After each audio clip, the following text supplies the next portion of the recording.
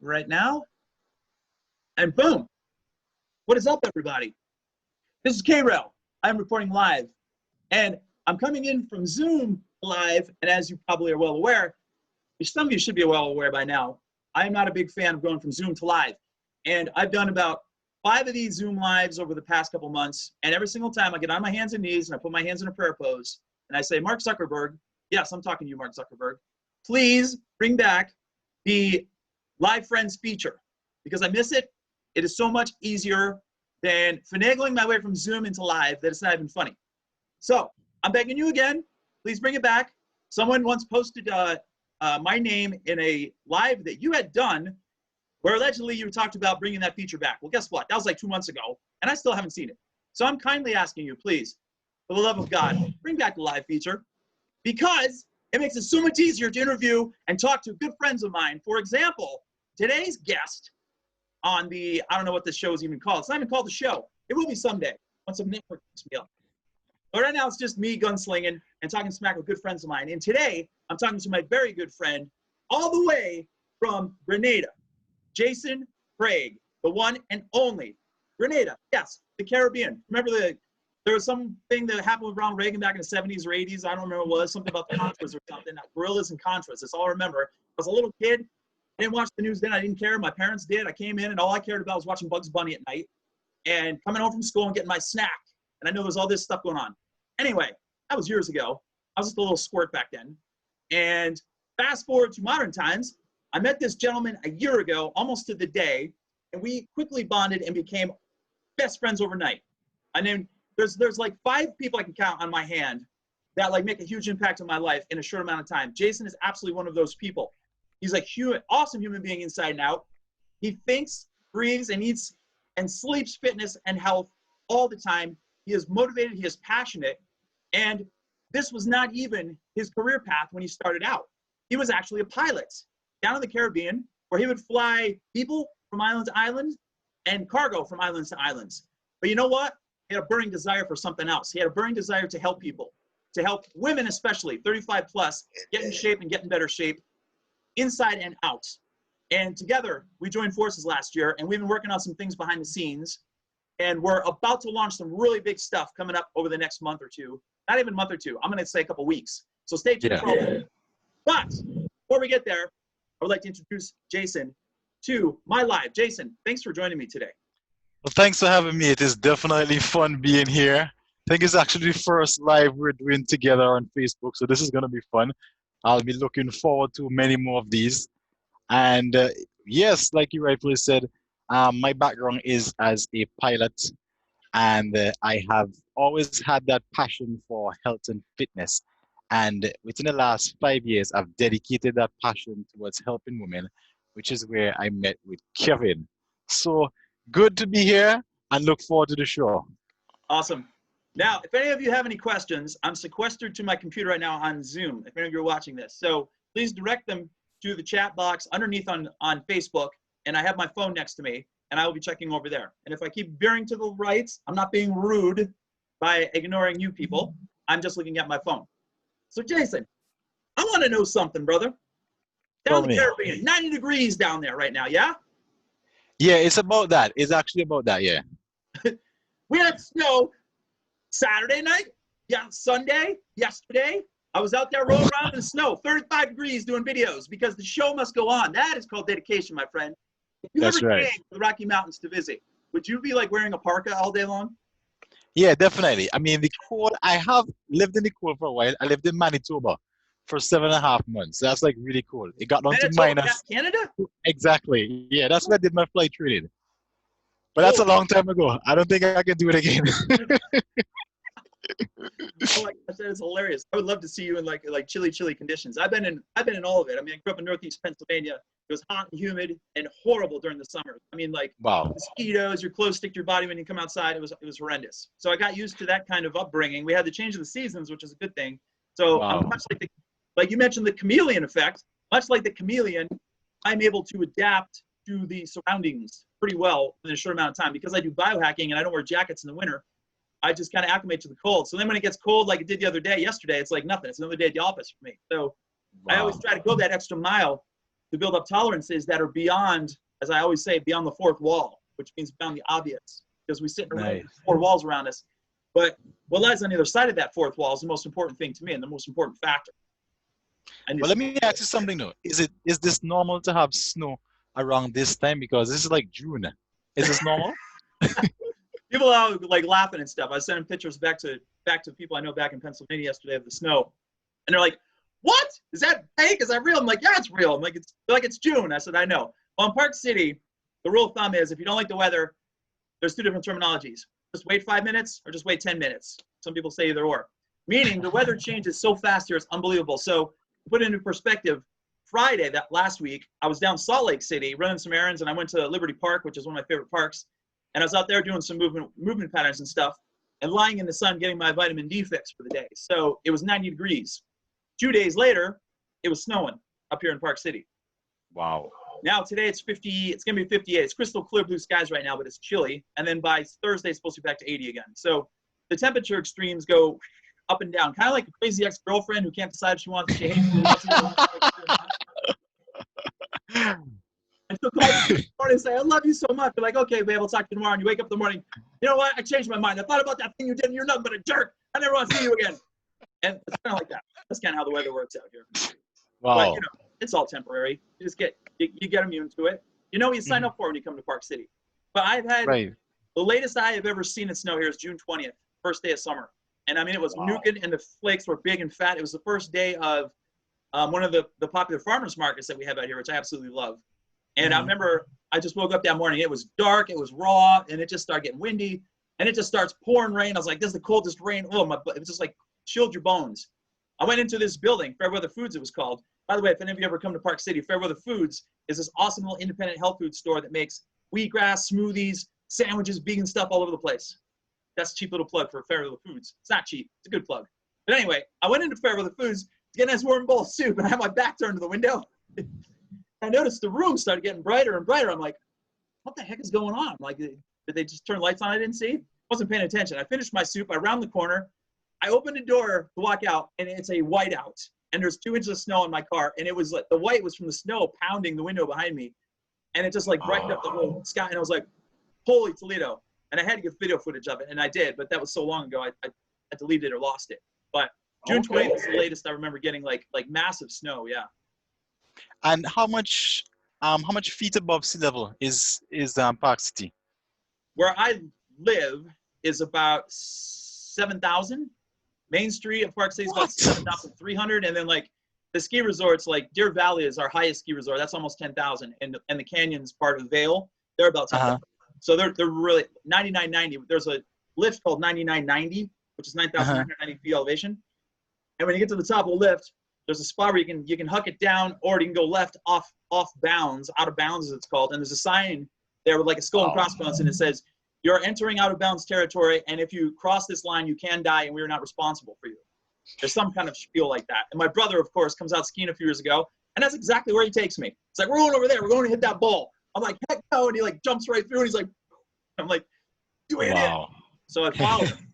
I made it out alive. Obviously, I made it alive. But yeah, it's awesome there. The views are great. The weather's great. If you can get through the little bit of cold here and there, you're totally fine. But it's dry cold and it's dry heat. There's a big difference. So back in PA, it could be 35 degrees and raining back in Northeast Pennsylvania in the middle of winter, and I'm just freezing. Like, it chills your bones. It hurts. It's so cold. Like, the rain stings you and it hurts. But out here, it could be 25 degrees, zero wind, completely blue sunny skies, and I could run barefoot. Big difference.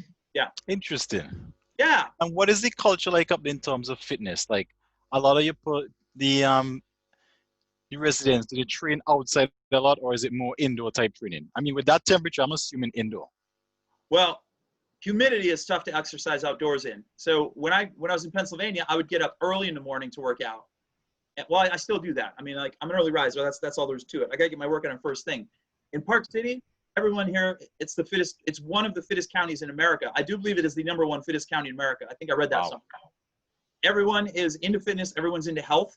Before the big COVID crisis occurred, mostly during the winter, people are big gym goers here. I mean, there was, let's see, 1, 2, 3. There were 3 main gyms in town. There were like 3 CrossFit gyms. There was an Orange Theory Fitness. There was an F45. There was Pilates studios, yoga studios, bar studios, boxing studios. There was probably about 12 to 15 fitness-oriented places in town before COVID hit that were all thriving and all existing easily. And we're not a big town either. I mean, the mean population here is probably 5,000 maybe, but everyone just has that extra gear in their head that lives here. And that's a big reason why people actually move here. And that's why I moved here. It was like, God just attracted me to this place. I found it and I came here. It was like, I stepped out of my rental car and my body just started tingling. And I'm like, this is where I got to go. It's where I got to be. Wow. Yeah. And it's like, everyone you meet is, everyone does something. They're either like hikers, bikers, kayaking, snow ski, cross-country skiing.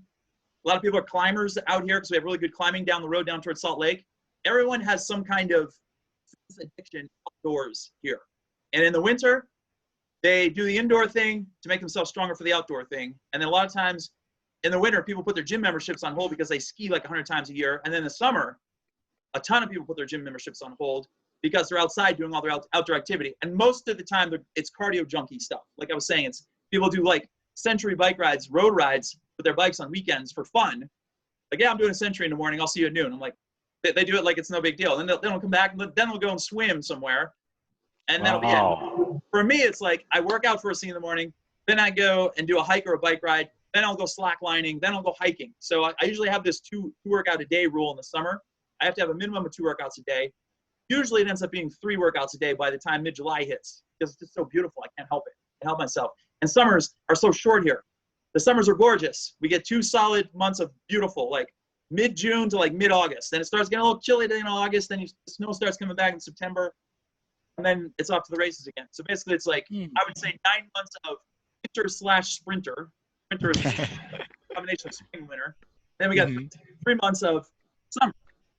But like 2 like really good, crisp, clear, awesome months of summer. And I really take advantage of those because I know it's short-lived. But on the average, I mean, it's interesting you brought that up because to those of you that don't know, Jason and I, we've been working on projects behind the scene, like I mentioned earlier. And before the whole COVID thing happened, we have crafted some really cool stuff that caters to people that are homebound, that travel a lot, that don't want to go to the gym, that can't make it to the gym, that want to go to the gym in the morning, wake up and there's a blizzard going on and they don't feel like walking out and shoveling out their car and battling the roads to get to the gym. So I have accumulated years of data and research from working with people, doing classes, interviewing people, and so on, and finding out what was missing outside the gym. Because when I train people in the gym, I interview them and I say, well, tell me more about your lifestyle. What do you do for a living? Do you travel often? Do you do this, do this, do this? Oh yeah, well, I work blah, blah, blah for an accounting firm and I sit for 10 hours a day at a computer and blah, blah, blah. I travel a lot because I have a lot of business meetings. I go out to dinner a lot at business meetings and yada, yada. I'm like, okay. So I literally accumulated all this data and decided the best option is the option that's not being catered to enough. And that is the people out that do all these things outside the gym that want to stay in shape, that need a go-to thing. And that's when I created my 6-pack challenge a few years ago that we're now going to be offering with our new program. Because I felt myself, I would travel a lot with a business thing I used to do years ago. And sometimes the gyms and the hotels were good, and sometimes they were old, disgusting, rusty, wider machines that have not been touched for years that had dust on them, that were really squeaky and didn't work well. So I didn't want to take it a chance for me to miss a workout ever. So I'm like, I'm going to build a whole program designed for people to travel a lot or that are homebound or all those other things that I just mentioned. So that's where I created my 6-pack challenge. And then I started doing it in the gym. It blew up in the gym. It became huge in the gym here. And I just had like 2 extensions of it. One to travel with and one you can do in the gym.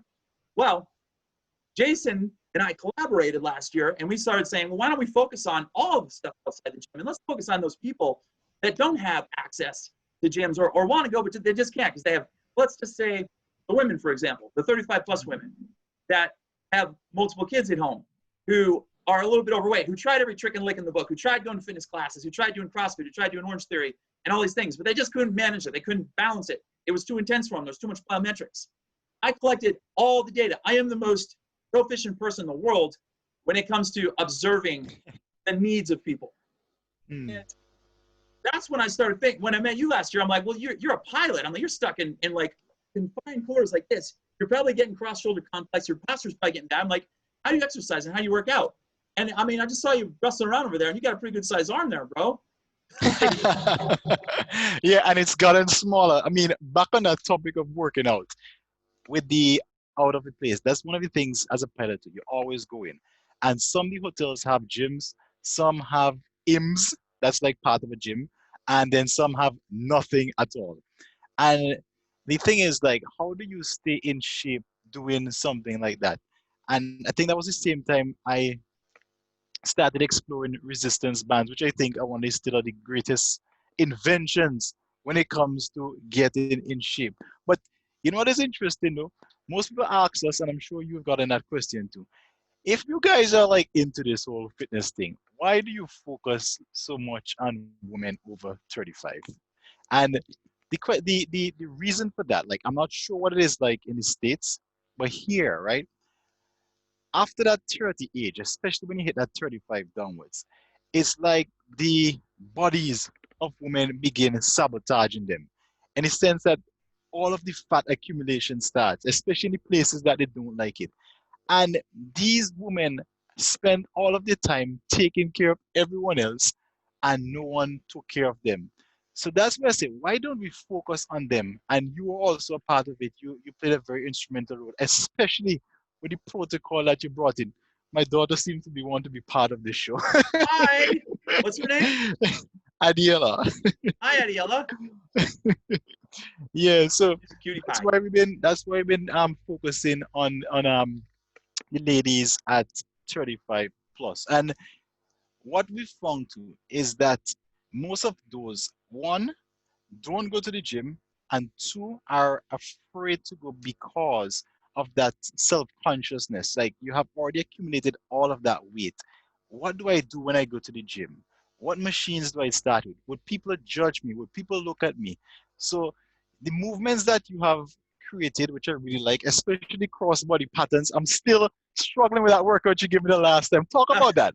Talk about the importance of cross-body patterns because I still need to learn some more of that stuff.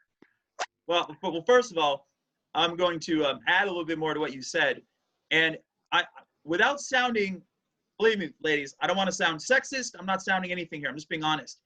A high amount of I'm going to go as far as saying most of the people who have come to me for advice on weight loss, fasting, getting in shape, staying in shape, they've tried every trick and lick in the book.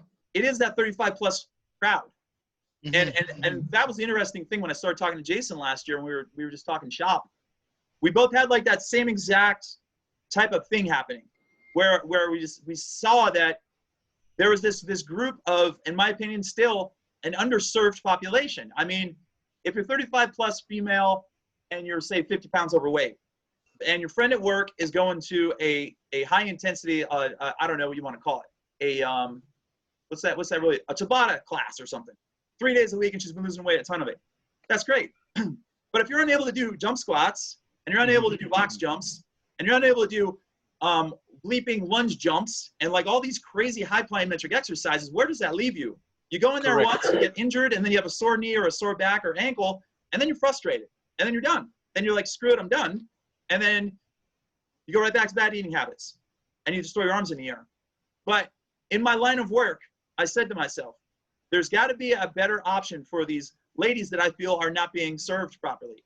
And that is find out a way to come up with miraculous weight loss and also do it in a physical fitness way that is not impactful to the joints of the body. And that was exactly what I was trying to create with my six-pack challenge. And that's what I've created with everything I've done since then. And the stuff Jason and I are doing together right now is going to be revolutionary, and it's going to blow your minds once we start to drip feed that stuff. What was the other thing you asked me about? The crossbody patterns. Oh, the crossbody patterns. So Go- a lot of things in life, especially in the gym life, are very linear. So if you sit on a bicep curl machine and you prop your elbows against the pad like this, and you're just pulling this lever back and forth like this, right? This is a straight line. So when I say the word linear, just take the root word of linear and you have line. So straight line. So anything you do in a straight line is linear. So bicep curl, that's linear. A tricep kickback is linear. Sitting on a chair doing a leg extension is linear. So it's one way, one direction. Fine and dandy. You're going to work a focus muscle. There is a time and place for all of that stuff in the world. I'm not sitting here saying machines are the devil. I don't particularly like machines. I don't use them. I actually, you know, I don't even go to a gym anymore, so I definitely don't use machines now. But even when I train people, it was always last resort. And it was only if they requested a certain machine, or sometimes I would throw something in for a little variety. But in a big picture, the body is meant to move in three-dimensional patterns. I want you all to pay attention. Start paying attention to the movements you do during the course of a day. Your daughter will come in right there. It's a perfect example. You did this. You didn't like reach down like this and pick her up. You went like this. You bent down laterally. You went like this. Right. So what is that? Right. What is that? It's a rotation. It's a lateral bend. It's a rotation again. So it's a circular type pattern. It's a circular motion. Now, if you exercise your body in patterns like that, that is going to make you more acclimated to do things just like that in your daily life. So if you're picking up a sack of potatoes to throw them over your shoulder at your local big box store to take home, then this is a three-dimensional movement pattern. You just crossed the midline of your body. You went from the right to the left, and you threw it on this shoulder, and then you walked. So doing a bicep curl, sitting on a machine like this is not going to help you do that better. It's not going to help you shovel snow better here in America. It's not going to help you throw hay bales. It's not going to help you split wood or stack wood. It's not going to help you put objects up on shelves. So in the big picture, three-dimensional movement patterns are underserved as well. And here's the big one. They fire up a lot of neurons in the brain. Now, Jason, you and I have done some webinars before with some of the stuff we did in the Caribbean, and we've talked about this and stuff. But all the time, I can't stress this enough, the importance of three-dimensional movement patterns for the effect they have on the brain. So biohacking 101 is where we're going with this. And everything that we do has to do with biohacking, everything. Reversing the aging process, that kind of stuff.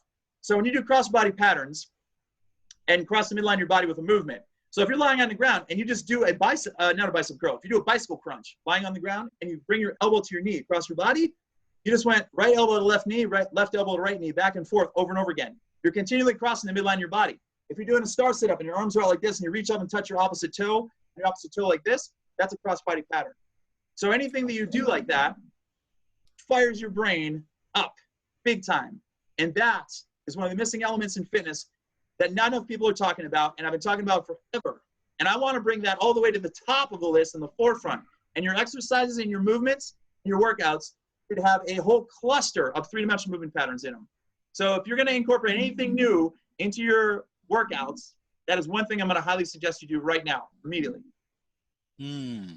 It's funny. I think it's better than crossword puzzles. It's better than luminosity. It's better than any of those board games you play. And I think that right there can regenerate the brain cells in your head and make you smarter, improve your cognitive function, improve your memory, and severely reduce the risk of any age-related disease of the mind, such as dementia, Alzheimer's, and all the rest of those go on and on and on. Wow. Yeah. I must admit though, it's until I met you I learned about this crossbody pattern, because even when I used to work out back in the day, it was like bicep curls, squats, presses. I've never done much of that crossbody, crossing the central line of your body. And I even never knew it existed. I didn't know there was a name for it. That's funny. And you know, I wanted to ask you, so let's go back to the gyms being closed. So gyms they're slowly starting to open here in America. And I've noticed that they're kind of sparsely populated. There's a little bit of a spike in people coming in, but not like it was before. And I absolutely believe 100% that the health and fitness industry has changed for good. It hasn't just changed for a year. It hasn't just changed for 2 years. I found out this morning New Zealand is now the first country that has lifted all the COVID bans. They're down to one person who tested positive for COVID, and that's it. And they're lifting all the bans. So they're going to allow community gatherings. They're going to allow it all. Concerts, groups, everything. Now, that's going to start a precedent, I think, across the country where people are either going to tighten things up and try to come up to par with that. But I do believe that the fitness industry has changed for good. And before the COVID even started, Jason and I were specializing in all the stuff outside the gym, like I was talking about, and like home stuff, home workouts, home nutrition, and all these different things where you didn't have to go to the gym to make it more convenient for people. COVID hits, now that all of a sudden goes right to the top of the food chain and it becomes super relevant. But I want to know, from your perspective, before all this happened, you were still telling me that you were only getting in a certain amount of time to work out every day. I want to expand a little bit on kind of like the workouts that you were doing, because I'm curious. Me, the type of workouts I did before the COVID, again, with having to work, it used to be HIIT, high intensity interval training. Again, I like the compactness of it. And I don't like just spending that whole 40, 50 minutes working out. I mean, I did that when I used to do bodybuilding. And to me, I don't have the time for that now. So that was the type of workouts I was doing before. And I think it really pushes you to the limit. Now, that was until I learned about the crossbody patterns, because the last one I did with you, man, that told me I thought it was the all-time high when it comes to high intensity type training. Now that I'm home though, now that I'm home now, and the airports are still closed, we're still on the lockdown. We actually just opened up the gym today, I believe. I do a lot more extended training, and like you, I do a lot more split. So like this morning I woke up, I did a jog to the airport. That is like what it was, a jog for about 45 minutes and back. And then this afternoon I will work on the suspension bands. So I tend to do a little bit more cardio in the morning, and then I do the resistance type training in the afternoon. However, when I was the original schedule I had to try and fit that all into one. So now, if you want to see, I'm having the luxury of choosing when I do my workouts, how long I want to go, etc. So that's one of the good thing of COVID. Okay. Okay. Now I knew you were a big fan of the interval, the high intensity interval stuff and everything. And what Jason's referring to is we were doing some lives over the past couple months with this group that we have on Facebook, and I created one. A short 15-minute high intensity workout, and then like I called it high intensity interval. I don't know some fancy name. And then I called one the low intensity interval workout, and I sent one to him, and we were going to do them back to back. And I was going to do the first one, and then he's going to do the second one. That was the rule. Then all of a sudden he like looked over it. He tried to do it. He's like, oh my God, like 2 seconds before he was supposed to go out, he's like, I can't do this. It's too intense for me. I'm like, what? Low intensity one. So everyone's high intensity is different, I guess, and maybe I'm just cut from a different stone. And Definitely. he was definitely not accustomed. So I've met a lot of people just like you, though, and with all due respect, who are like seasoned athletes, like pro level athletes, or like really highly conditioned kids, like 17, 18 years old, who are like trying to get in the World Cup and stuff for skiing and everything. And I'm like, all right, well, let's see what they got. And then I would put them through like 2 or 3 of those moves I showed you, and they're gassed. They don't have it. It's like a whole different gear. It's a whole different dimension, and it actually is based on 3-dimensional. So there's a lot of room to work there without having to do all the jumpy stuff to get your heart rate up. And you know firsthand how that works. And I have spent years trying to figure this out, and I finally have done. I finally cracked the code on how to do that and get the body just like acclimated to high intensity without having to go through the extremes of the impact. Because whenever someone comes and wants to train with me, I've always level the playing field, and I already assume they have an injury. I just say everyone's got a back injury, everyone's got a knee injury, and then they have to prove me wrong as we train. And if I see that they have no issues whatsoever or contraindications, then I start amping up the intensity. But I mean, if you have someone stand on one foot, do a half squat, put their hands on the ground, walk forward, do a single leg push up, walk back up, switch feet, and do that 5 times each leg, usually they're gassed. I don't care if it's Tom Brady. I'm sure Tom Brady doesn't do my kind of workouts. So that is a whole dimension I've cracked into, and I love it. I love that type of training, and it's so good for the body. I mean, it improves, like I said, brain function, improves core strength better than anything else. It improves mobility, flexibility, balance, like the whole shebang. And what I like about it, to be honest, what I like about it the most is a lot of the ladies who came to us initially were always had a knee injury. Like knee injury was the main thing. And then now the fact that they don't have to jump like the style I'm accustomed to, now they still have the ability to burn calories, to ramp up the metabolism, to be challenged on the floor. Yeah. Never before have I seen that. So hats off to you. Well, thank you. Thank you very much. You know, you should call your workouts the torture chamber. I think that's a perfect name for you. We should release a program called the Torture Chamber with Kevin Real. That's not a bad idea. I don't know if we'll get too many sales on that one. That's how I kind of developed the word Killer K-Rail. A couple clients had started calling me Killer. And I'm like, I kind of call it Killer K-Rail, kind of has a good ring to it. And I'm like, but I'm not this like, hold on, let me get a drink of water. I didn't actually, my father was in the Army, and I wasn't in the armed forces myself. I respect the armed forces. I have a military pedigree from my dad, and my uncles and everything were in the war. And he instilled some things in me at a young age. They kind of spawned off a lot of these exercises that I create. So they're spawned off of two things. I told this story the other day. I did Facebook Live on Bugs Bunny years ago. I used to love Bugs Bunny. I get up at 6 a.m. to run into the parlor to start watching it. There was this frog called the Michigan J Frog, and he would come out of his lunchbox, this guy that was a construction worker, and he put the frog down, and then the frog all of a sudden put on this top coat and a hat and a cane, and he started doing this crazy dance, and he started singing the song. And then the guy was like, oh my gosh, and he thought like he was gonna make all this money, like its cloud came above his head. And then all of a sudden he would go and try to get his coworkers to come over and look at the frog, and the frog would just sit there and wouldn't move a muscle. It'd be like, and it would ribbit.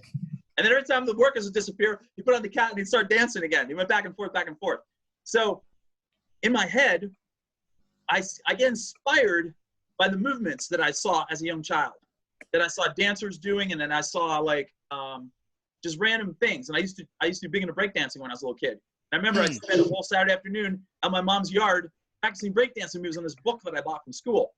And I remember how exhausting that was. So all these years later, because I have a photographic memory, I could just like pluck incidents that occurred back then. I'm like, you know what? That might actually make good exercise. So some of the exercises I do, if you look closely, are fashioned off of dance moves. And then come along, you know, Dancing with the Stars and all these things came out. I don't watch that show, but I notice the medium of dancing is very much crossbody as well. So another reason why I link the two together is because dancing and like Indian clubs, when I'm doing those and those patterns that go all over the place, and like those three-dimensional movement patterns on the ground of exercise all have that element of three dimension to them, where they're crossing the midline of their body and it fires up the brain cells. There actually has been studies done on dancing, I believe, that talk about the benefits it has on the brain. And that benefit on the brain also transfers your mood as well. So it releases endorphins, gives you a dopamine hit, and it makes you happier and increase your mood and boost your mood. So you do an hour worth of a workout that I create that has three-dimensional movement patterns in it.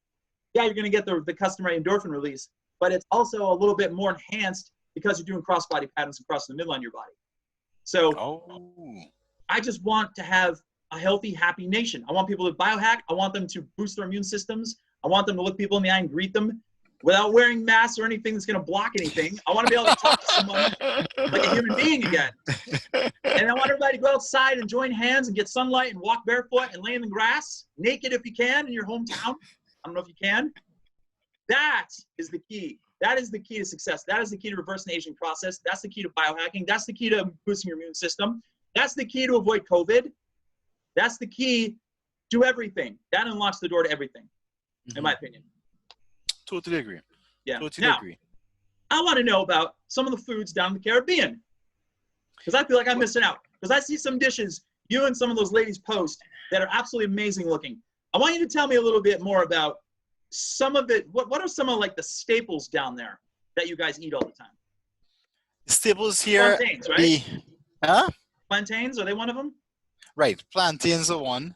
And they have a bunch of variations. Like they have the plantain, the regular one that you know. There is the blogger, which is another version of it, and then there are a bunch of them. So let's just use plantains. Then there are the ground provisions. Like these are like your sweet potatoes, your yams, your eddos, your dashins, your tanyas. Then we do have brown rice. Like we use a lot of brown rice here to, again, depend on what part of the Caribbean you're at. Because even though we are the Caribbean, every island has its own uniqueness. So like Grenadians do a lot of soup and they use the ground provision like I spoke about. Trinidadians now, a heavy Indian culture's influence there. So they do a lot of rotis, chapati type things. So flowers, that's where they come in. And they also use a lot of garbanzo or chickpeas and also the split peas. Yeah. So that's what you're gonna find when you come here. And some sort of a meat. Normally it's fish or chicken. So it sounds pretty healthy to me. Is there a lot of fast food chain? Has America like impregnated themselves in the Caribbean with like McDonald's on every block and stuff yet? Well, McDonald's are in some of the islands. Burgers aren't a big thing here, but the culture, the fast food culture has definitely penetrated here. And you could see it in the change in body composition of the people. Oh. Because yeah, everybody have just kind of blown up over the last few years. And again, it's because of that constant availability of food. Like before, you just had set periods. Now, as you call it, grazing is the norm. Set periods is abnormal. Wow. Yeah, grazing is the enemy. We are strong against grazing. It's a big X. Yeah, no graze. No grazing. But Go that's the a big opposite thing direction. here. You know, it's like I have spent my life trying to build a lifestyle that is as minimal as possible. I try to get away with the most minimal amount of food and maintain lean muscle mass. I try to get away with the most minimal belongings and still sustain a healthy lifestyle and have everything I need. I try to get away with as minimal amount of clothing that I need to survive outside, given the conditions. In the summer, I basically don't wear shorts or shoes unless I have to. And I drive barefoot and everything. I'm not even sure. Someone asked me the other day if driving barefoot is legal.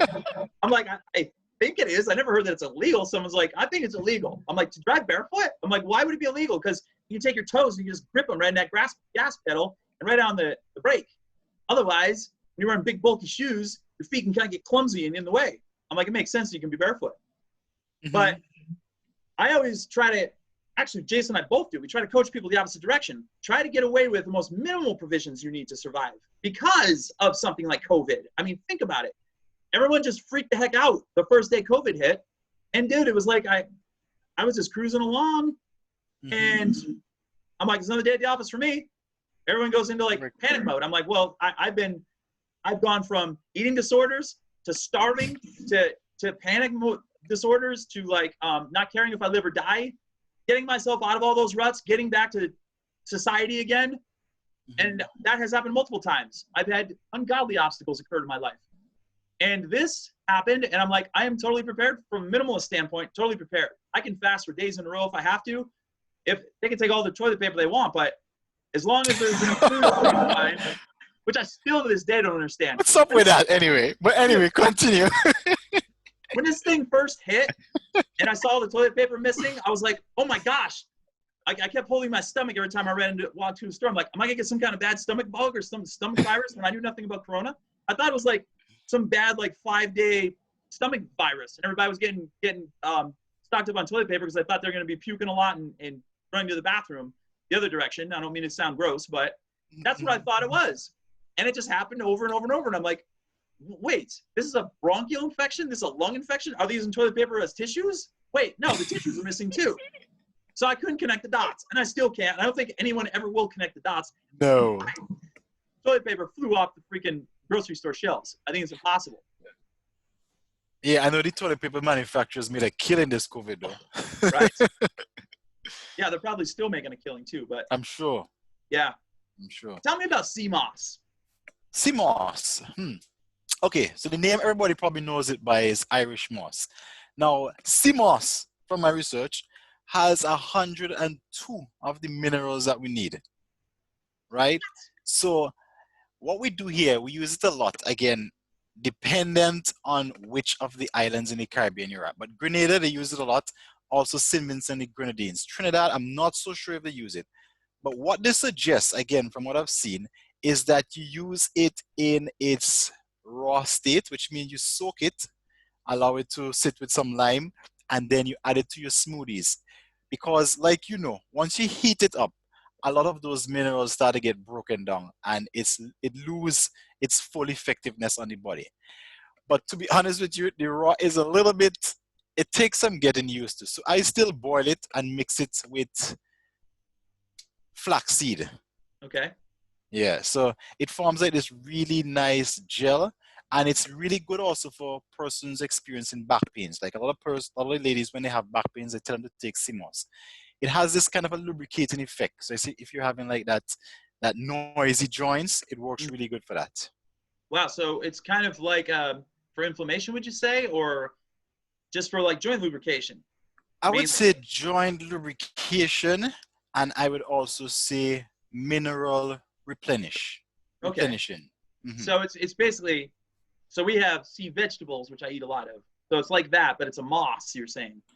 Right, but don't let the name fool you, because if you actually see it, you know what would be great if I had some here. But maybe the next time we can do on it. I can actually bring some. When it is dried, it's really hard. It is like steel wool. You know, like steel wool you Oh could my actually use. gosh. Yeah, Yeah, I know still. seriously, it's like that. And then when you soak it now, it expands sometimes 2 to 3 times its size, and it becomes very mushy like a jelly. Okay. Right. So then when you boil it now, it breaks down and it becomes like a liquid, like powder or jello. Interesting. Yeah, very interesting. You know what? Uh, Once they open up, I have to send you some. well, I've seen it Hmm. floating around in different places before where I could buy some, and I think I'm gonna get some today. I think I saw it on Amazon even. So I'm Yeah. gonna give me some sea moss, and I'm gonna do some Yeah. experiments with it, and then we can chat about that later after I've run some experiments. You can, you should. Oh, one more thing is also good for is a thyroid function, which of course, you know, if your thyroid functions Yes. properly, it directly affects your ability to burn more fat, your metabolism. Oh wow, that's very good to know. Well, I know kelp is good for that too, so it must be the sea vegetable Right. thing. Exactly. Exactly. That's some of the Exactly. well, that's some of the education we do too, right? It's like we found out what some of the biggest obstacles are with women 35 plus, and quite often there's hormone issues going on. Always hormone issues, Normally, yeah. right? I mean, that's the secret sauce to everything. Hormones do all of it. They help you lose weight. They help you build muscle, gain muscle, maintain it. They help with brain function, sexual function, happiness, mood, sleep. It all has to do with the hormones. That's where Jason and I have been going deep into the weeds over the past year, digging up all the information we can on that. And I mean, I've spent my life doing this kind of stuff, but this past year has been like a huge learning curve for both of us, I would say, on the female issues. I know it's kind of crazy, two dudes sitting here talking about female issues, but you know, I used to work for I used to work for a age management clinic down the road at a gynecologist's office, Dr. Singer. She was a good friend of mine, and I learned so much working over there. I'm so thankful for that position I had. About the whole female body and stuff like that, and the issues that they have, and the ongoing stuff. So a lot of my background comes from working there for several years, and noticing that the 35 plus women, there were certain things that just kept popping up over and over again. So when you were telling me that you have the similar stuff going on down in the Caribbean, I'm like, that's the group I want to help, because I get really great satisfaction from doing that, and they're all gamers too. But I mean, there's so many tricks of the trade we can help with that it's not even funny. Anyway, Yeah. we got to wrap this meeting up because I know you're a busy man and you got to get going. Thank you so much for joining me today, Jason. Do you have any closing comments It you'd like was to tell fun. everybody how they can get a hold of you? Well, I mean, we're going to be doing these lives as Kevin and I spoke of. We're going to be doing them on a weekly basis. Now, Kevin will post on the days that we'll do it. I will also post on my page. And if you ladies have any questions, or guys, if you have any questions that you'd like us to address in the next live, just post them up below this video. You can add me on Facebook. You can add Kevin on Facebook. And we will put these into our database and touch on a new topic every week. So it was definitely a pleasure being here. I really enjoyed this. Looking forward to a lot more of these. And Kevin, thanks for having me. And I'll see you all on our next Facebook Live. Thank you, my brother. But I got one question for you before you go. Sure, go for it. What is your favorite ice cream flavor? Peanuts. Peanuts right off the bat. Peanuts. Yeah, I know, right? It's like my favorite nut too. I could eat 3 cups of peanuts in a one sitting. It's not healthy and I wouldn't recommend it, but I could. I love peanuts. Second after that will be pistachio. But Okay. peanuts is number one. All right. What Well, about you? that's good to know. But that wasn't actually the question I asked you. But I have to tell you a funny story because I have a bag of peanuts and pistachios on my counter over there, and I add them into pretty much everything right now. My actual question was, what's your favorite ice cream? But now we're glad we know your actual favorite, whatever that was, your favorite snack. What's your favorite ice cream flavor? That is it. That is it. Peanut ice cream. Oh, that's what Answer your question, man. What's wrong with you? Yeah, we do have peanut ice cream here. Peanuts. I'm like, we don't even have. I don't think we have peanut flavored ice cream. We have peanut butter. Yeah, we do have it. We do have it. Yeah, we have peanut and we have pistachio, and mine's go in that order. What about you? I would say probably for me, chocolate chip cookie dough would be number one. Peanut butter cookie dough is up there pretty high. And now we're talking. Now we're talking. And I would say probably just chocolate peanut butter, coconut flavor, chocolate peanut butter. Coconut is usually my go-to ice cream, so that's it. Nice, nice. And what is your favorite nut before we go? My favorite nut? Probably pistachios. Pistachios. I like pecans and I like pine nuts. And pine nuts are like they're a gray area. I'm not quite sure if they're actually a nut, but I do like pine nuts. How about you? Peanuts? Peanuts number 1, number 2, They're peanuts legumes. and number They're not 3. nuts. Peanuts are legumes. I tricked you. So it's peanuts and then what? Yeah, peanuts number 1, peanuts number 2, and peanuts number 3. Oh, okay. Well, I know what I'm getting you for Christmas next year. There we go. Bag of peanuts. Yeah, that's for sure. All right, Jace. It was good talking to you, man. We'll be You in too, touch. brother. And, See you on the next live. Everyone else out there, have a great day. Make sure to get at least 8 hugs for 8 seconds. Make sure to pick up at least 1 piece of trash. Always live in the present moment. Do at least 1 good deed every single day without anything, expectation of anything in return. And make sure to go beyond your comfort zone at least once every single day. Follow those rules and never forget them. Write them down if you have to. Okay, until next time, this is K-Rail and Jason signing off.